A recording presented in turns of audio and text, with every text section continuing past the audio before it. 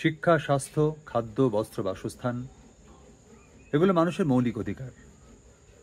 এই প্রত্যেকটি অধিকারের সঙ্গে জড়িয়ে আছে তার কর্মসংস্থান। প্রতিটি মানুষ তার যোগ্যতা অনুযায়ী কাজ করবে, রোজগার করবে এবং সম্মানের সঙ্গে মাথা উঁচু করে বাঁচবে, এটাই স্বাভাবিক।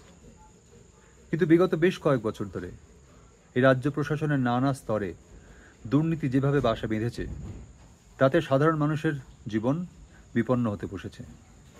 এই জিনিস বেশি দিন চলতে থাকলে গোটা রাজ্য জুড়ে এক চরম অরাজকতা দেখা দেবে। এর বিরুদ্ধে প্রতিবাদ করে আগামী 28শে জুলাই চলো নবান্ন নামে যে অরাজনৈতিক কর্মসূচির আয়োজন করা হয়েছে, আমি তার সাফল্য কামনা করি। আমি আশা করব রাজ্য প্রশাসন, সরকার, এই প্রতিটি মানুষ যারা এই মিছিলে অংশগ্রহণ করবেন, তাদের যে যথার্থ দাবি, ন্যায়সঙ্গত দাবি, সে দাবি মেনে নিয়ে সমস্যার সমাধান করে সাধারণ মানুষকে সুস্থভাবে, সুন্দরভাবে সম্মান নিয়ে বাঁচতে সাহায্য করবেন।